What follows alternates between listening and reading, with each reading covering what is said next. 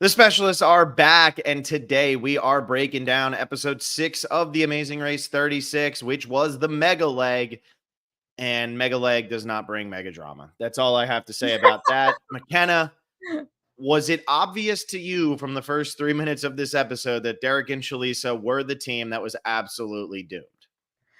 Well, Sunny and Busy were also in a rough spot at one point, but once they joined up with Yvonne and Melissa, I think then Derek and Shalissa were absolutely doomed because Sunny and Busy at one point were just like, we're doing great. And they were second to last. So Yeah.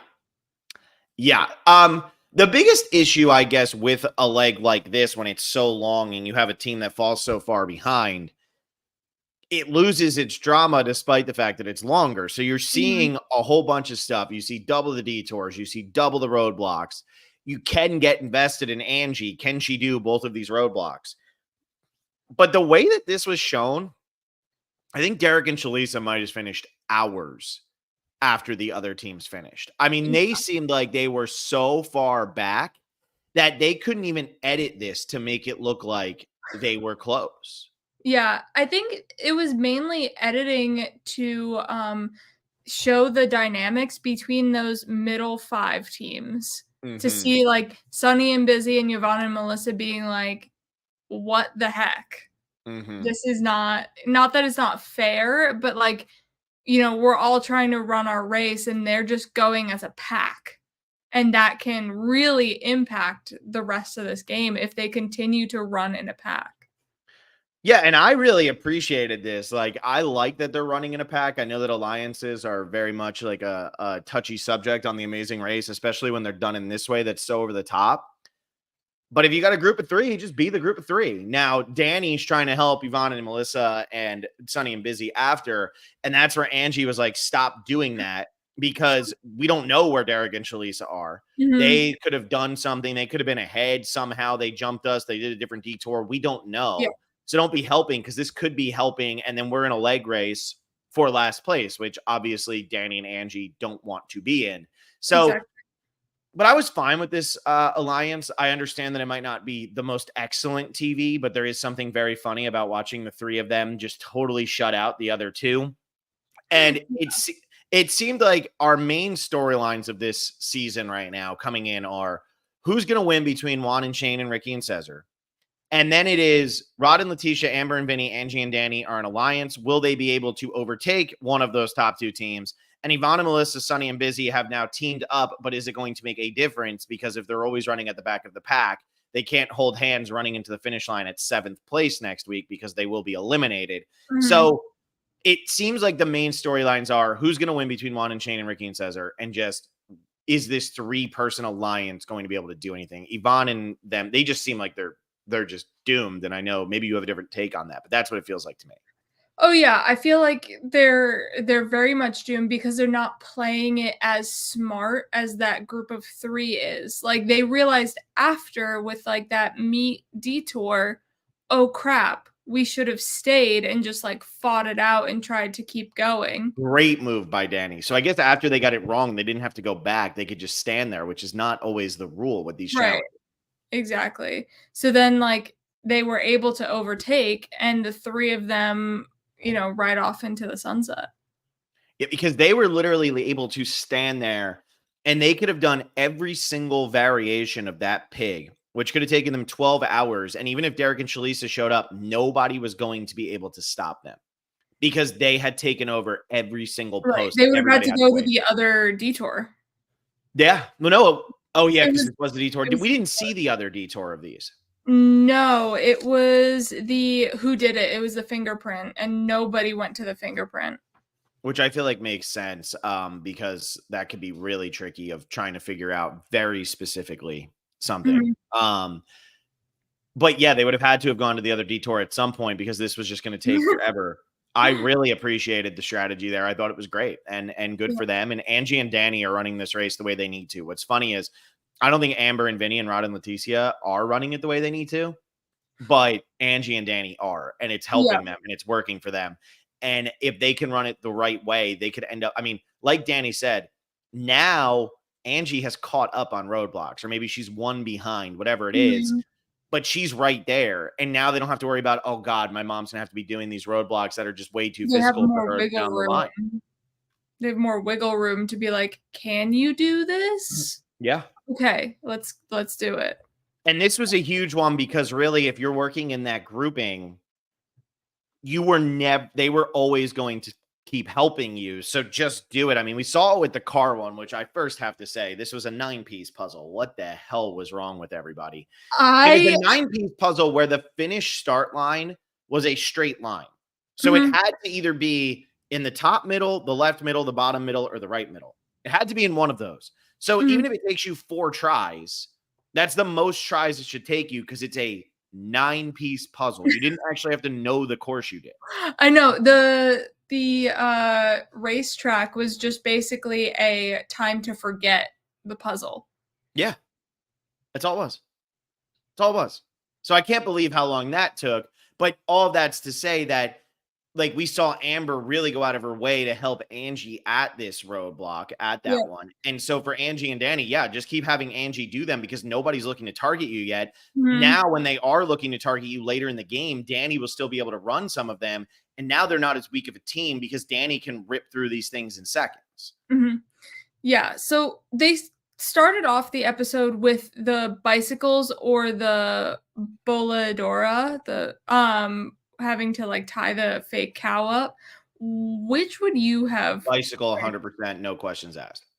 Yeah, I was also thinking bicycle because they have to get 2 bolos in, 10 tries. And Between it has to both be of them. one each, which is Yeah, really hard because your first person can take 9 tries to get one, and then the other person has mhm. 1 try, and then you're starting over.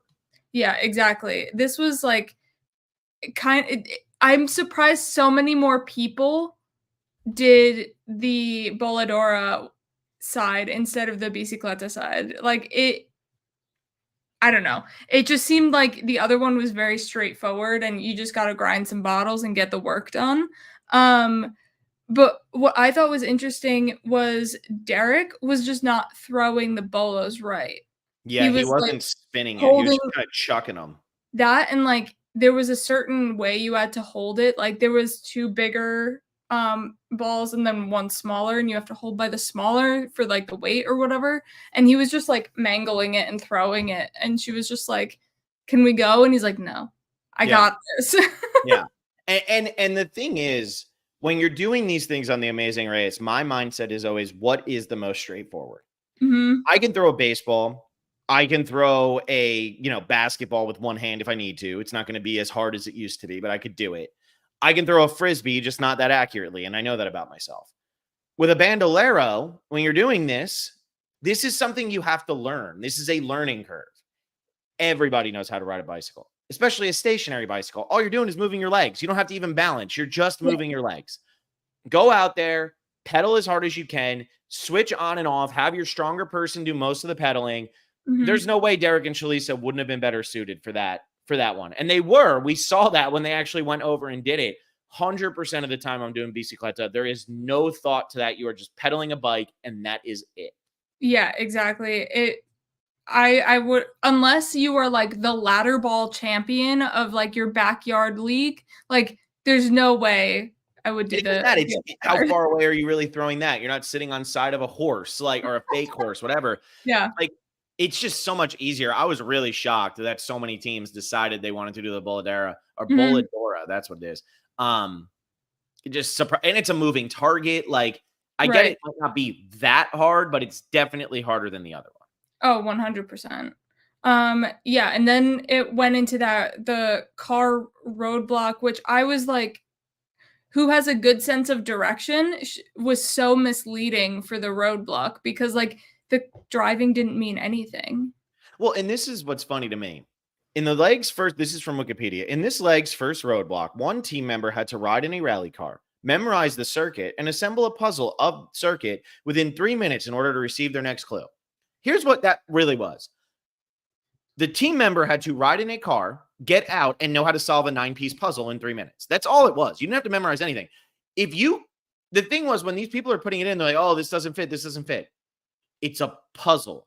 The you're gonna match. What are you doing? I Just know. I was seeing line some match.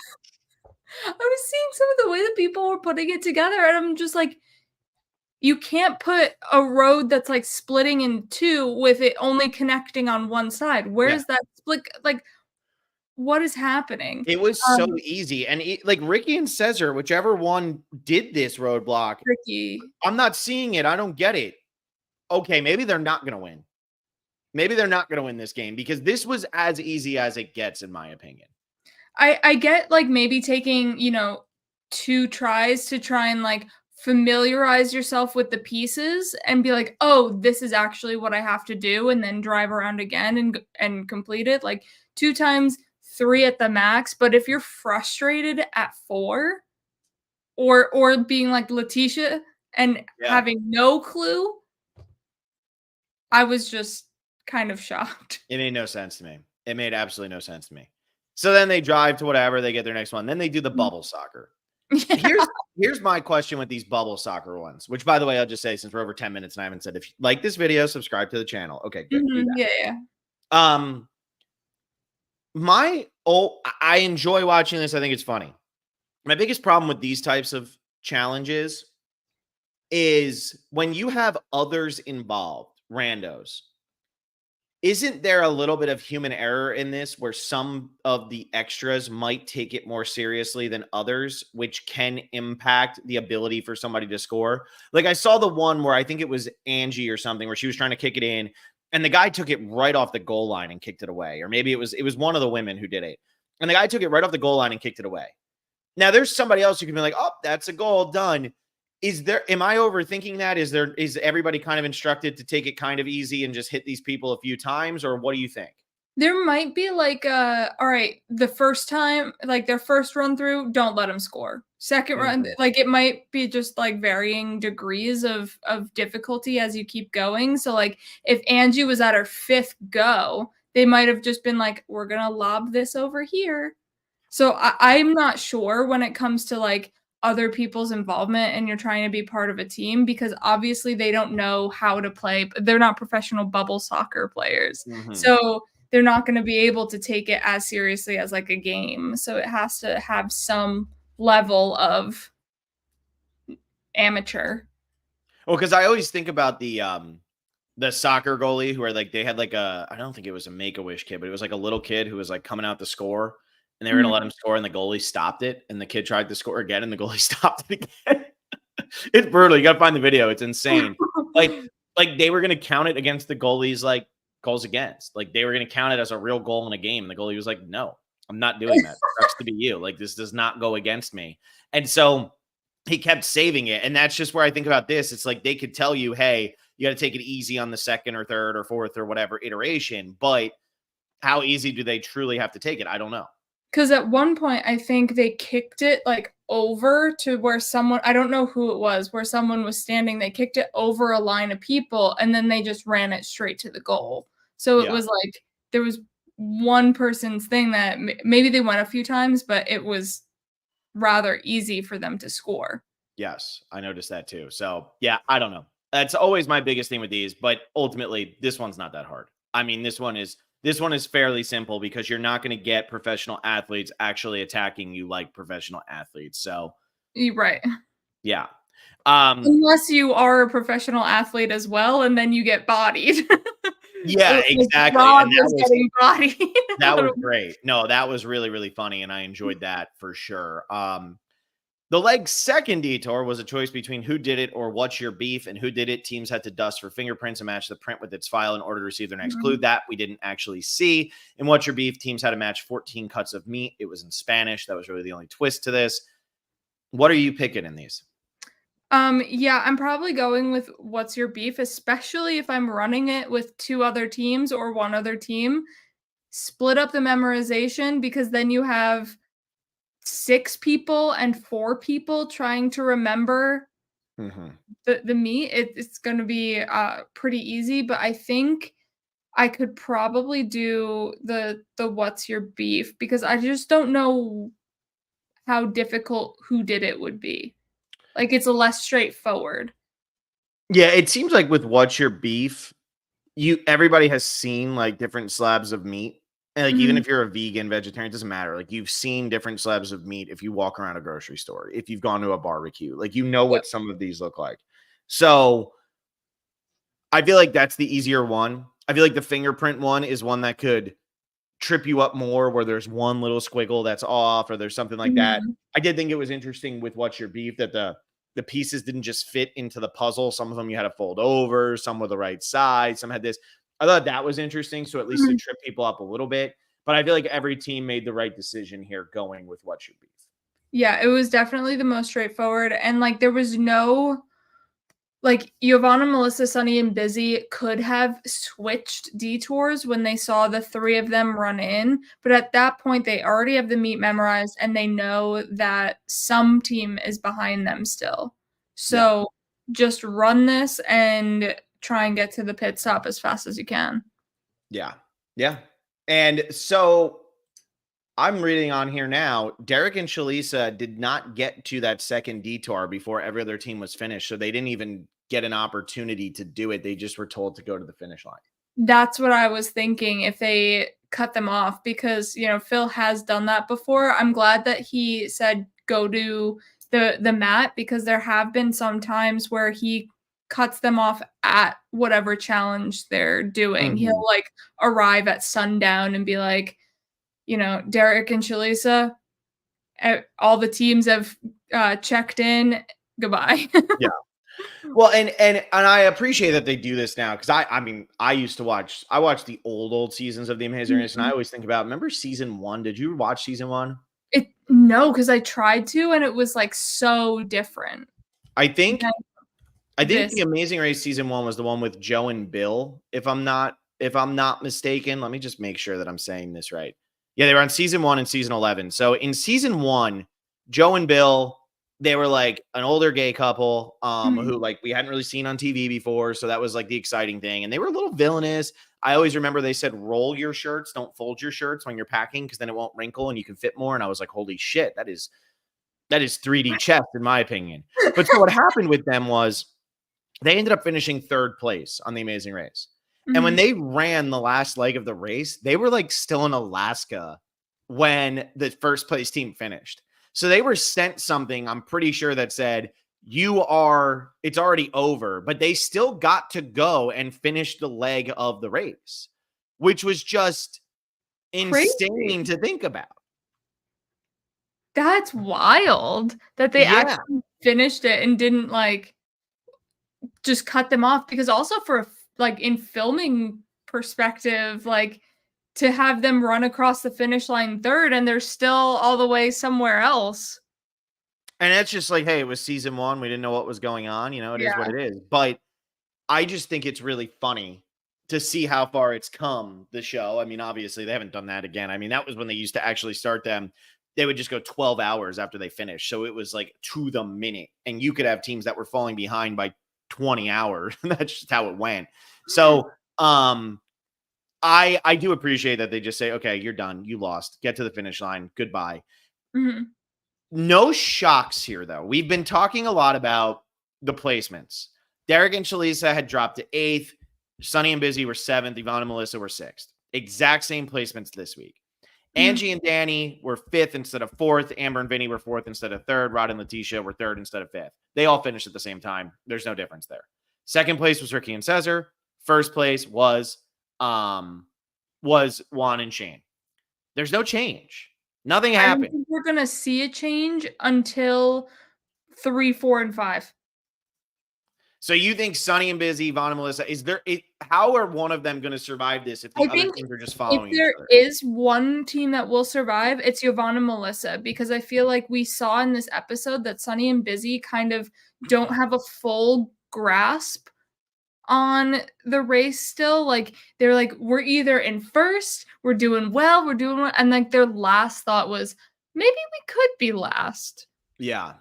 Yeah. So like I feel that Giovanna and Melissa have just kind of been maybe slightly out physicaled and out muscled a little bit Mhm. in some things, but we also like this was the first episode we actually saw more than like 1 second of them doing something. So, Yeah. like, which is I don't know how to accurately judge them either. Yeah, I think the biggest thing is Angie and Danny, the fact that Angie is now caught up on roadblocks or as close as she can be, because I do think it's 4-3 now. I think it was 4-1 coming into this, and now it's 4-3. Mhm. They're the team that Yvonne and Melissa and Sonny and Busy could beat. They're not going to beat them now, though, because Danny just has too good of a grasp on how this show works. Ricky Mhm. and Cesar and Juan and Shane are running so far ahead. And I Yeah. do feel like in these shorter legs, I know this was a mega leg, but in these Mhm. shorter legs where because of COVID, they were a little bit more restricted, you have to think about how long ago this was filmed. It's harder to catch up. There's not as much time in between teams, but you really need a mess up. And they're Yeah. happening in a smaller area. So Mhm. there's not as much room to get lost, to, do anything, which makes it hard for Juan and Shane, Ricky and Cesar. They might not be an alliance, but they're just following each other around this race. Yep. How are Yvonne and Melissa or Sonny and Busy ever going to catch them? They're not. And then you have a 3-team alliance that is working so closely. I mean, Amber would not leave the one She was challenge until she did it crying when for they everybody. said go. She's been crying a lot on this season. Okay, let's be real here. Amber's been a bit of a crybaby. But yeah, no, you're right. She was. She was crying when they were telling her to go, and she's like, "No, no, no. I'm going to wait for you. I'm going to wait for you. I'm going to wait for you." And so she did. Twice around the track because she helped Angie the first time, And then Letitia had to go around the track, had to help with the puzzle, like, that's insane. And then that's when Giovanna, Melissa, and Sunny and Busy were like, "Alright, listen, these yeah, guys are working together and we're not getting anything from it." what a concept to finally wake up and smell those roses. Well done. Well done. At this point, how I envision this going is Sonny and Busy, Yvonne and Melissa will be your next two eliminated. I Mhm, think Rod and Leticia are going to get fifth. I think that they're going to miss because then the alliance is going to break up. They're going to get lost. They've shown the biggest flaws in their game. I mhm. think they're going to get fifth. I think Angie and Danny are going to get fourth. And I think you're going to get Juan and Shane, Ricky and Cesar, and Amber and Vinny running for first. I think Amber and Vinny, they have really started to separate themselves. They had that 12th place finish in the first leg where they almost lost. They go all the way up to seventh the next one. Then they've been second, third, and fourth. And in this Mhm. episode, had they run this leg by themselves, they finished third. They only finished fourth because they didn't, and Rod and Leticia are faster in a foot race. That mistake is not going to happen at Final Five. I think they're making the final three for sure at this point. I think also Rod and Letitia were, like, added as the 3rd to this group of 3 too, Yeah. because I think all the way back to episode 2, Danny and Angie and Amber and Vinny, like, have given each other small helps throughout the race too. Mm-hmm. Absolutely. Yeah, this is not the alliance they want. And also, I don't want Rod. I don't want Rod in the final three with me. I don't Yeah, want Rod in the final three with me. yeah. Because, I mean, he didn't get off that bike today. In Yeah, the exactly. episode. Like, he just Exactly. was like, "Alright, power through," and, Vinny was like, "Oh my gosh, this is tough," when it gets to, like, the hard plastic of, like, the dr where you drink out of. Like, Mhm. him, and Amber were having such a tough time to try and get that ground down. And the thing is, there's always going to be at least one physical challenge. There's almost always going to be one physical challenge, whether it's the roadblock, whether it's one of the detours. There's always going to be Mhm. something that's physical. Rod's the best physical guy out there. Yep. I'm not messing with that. I don't care. I don't want to deal with it. I want him out before we get to Final Four because obviously the whole thing is once you get to Final Four, let's just race to get to Final Three so we can race to the finish line. Because we've all seen in that last leg, anything can happen. Any team can win. It doesn't matter. Mhm.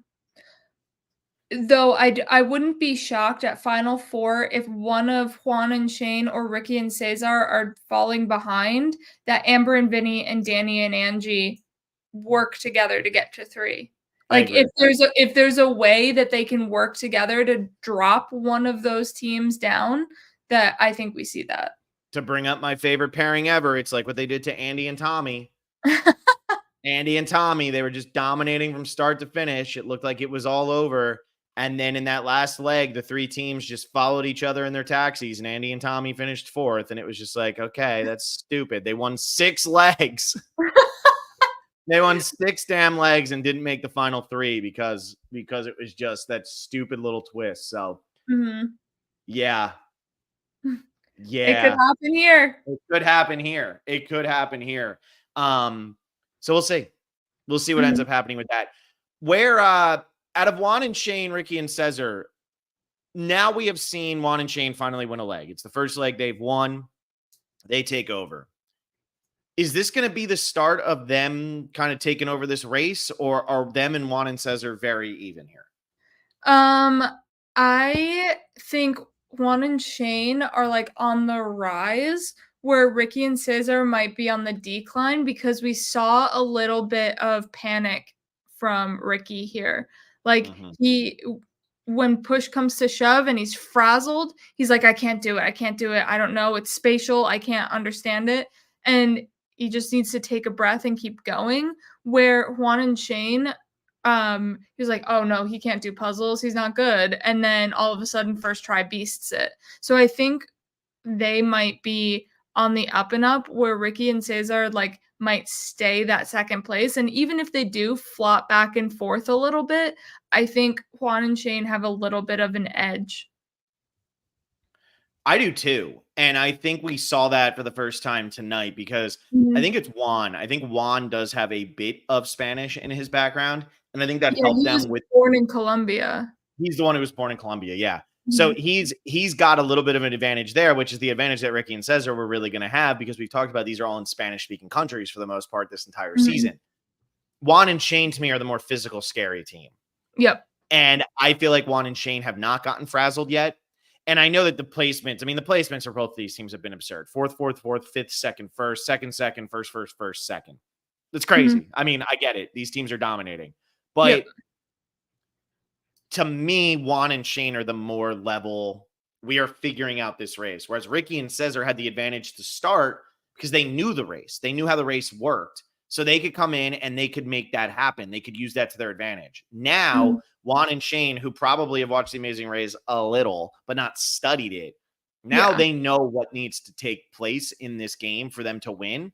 And they're in it. They're there. And now they figured out the little tricks and stuff. And Mhm. I wouldn't want to face them. Though I think I'm rooting for Danny and Angie to get to the final. I Cool. really wanna see Everybody roots for the old, like the odd couple. It's why Connor and his dad were the best. And I know everybody always says their names, but I can never remember their names. But Connor and Mark, is that who it was?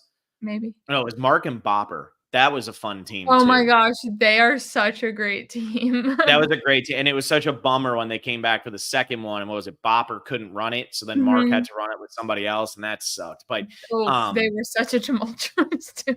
yeah, that was brutal. I remember that. But yeah, the Mark and Bopper team, like you always root for these teams that Connor and Dave and Connor, Dave and Yeah. Connor, that was it. You always root for these teams that feel like they shouldn't make it as far. So how are you not going to root for Danny and Angie? They're the ultimate underdogs in this kind Mhm. of game. But you are seeing Danny, and I know James Wallington was in here last week commenting and stuff. You're seeing Danny use his knowledge of the game so unbelievably well. And Mhm. James did that when he played with Will. Will and James were great because they used their knowledge of the game to help themselves gain an advantage over others. Danny is Mhm. doing that. When you see Danny with the map, Danny has made himself needed. He's made himself necessary. And also, what he's doing by being the one who's driving and leading, those people who don't have skills with maps aren't gaining skills with maps Right. because Danny has all the skills with maps. They're Mhm. not learning how to read these maps in different languages and stuff. And we saw how Rod and Letitia got absolutely lost in Chile. So I could definitely see this working to his advantage of don't let them gain knowledge, let them stay Mhm. weak, and that's going to help you win. Yeah, exactly. And also by, leading, he's getting there first. They're getting there first and then get their first look at whatever something is and hopefully gaining the advantage from that as well. And we did see them in this one. They went to the Bandolero or whatever first, and they said, "Nope, this isn't for us. We're going to go to the other one." And everybody said, "Okay, we'll go with you," because they want to stick with the three. But it was we cannot do this one. My mom's not going to hit this, so we're not doing it. Right. And everybody said, "Okay," but they were able to move fast enough that they got there. Exactly. Um. Anyway, You got anything else on this episode? I know we're only at like a half hour, but I feel like that's what the Amazing Race needs, especially even on a mega leg. There was no Yeah. drama to this mega leg. There really wasn't. I'm just glad. I forgot that they didn't film it for hour and a half because they put the mega leg in one episode. So like Uh-huh. last season it was split into two. And I honestly think another mega leg when it was filmed for an hour of TV was split into two and it was absolutely it was so bad. It Well, and needed they needed, I think they probably understood with this one that, look, they're taking forever. There's no Mhm. way that we need to split this in half. Derek and Shalisa are finishing last. They're not even going to get to the last part. If this was split in the middle and then we go and we run it the next week, that's boring TV because we all know Derek and Shalisa are finishing last. So they Right. needed to do this, and this worked really well. Yes, I think it flowed really nice and I was like entertained throughout and like I wasn't like there's a slog right here. Yes, I agree with that for sure. But I'm gonna miss Derek and Shalisa. I think they were a pretty decent team had they run a different season of the race. I agree. I really liked them. I think that they probably just ran into, short legs, harder if you mess up to like catch up to other teams because there's just not Mhm. as much going on. That's just my opinion. Yep. I think that if it was longer legs, that might have been better for them. So Mhm. Yep. yeah. Um, anyway, I think that's really going to do it. So trying to get James on a podcast, that's going to be exciting. I don't know when it's going to Mhm. happen, but hopefully we can make it happen because he's great. Um, and that's it. Tonight, this afternoon, if you're listening to this at 6:30 p.m. Eastern, Blake and I are going to be podcasting with Brandon Donlin for our Digging Deeper episode for Survivor 46, episode number 8, which was a wild, wild, wild episode. So tune into that at 6:30 tonight. If you're enjoying The Amazing Race, become a patron, patreon.com/specialist. Every tier gets access to McKenna and Celestina talking route info. What did you do this week? We are going to be talking about the mega leg and what comes with that and like the way that they've done kind of the mega leg in the past as well. Okay, cool. I like that. So you can tune into that, and that's it. That's what we got. Hope you're enjoying this, and let us know what you think about the episode. Like the video, subscribe to the channel, follow us on social media, and we'll see you next time.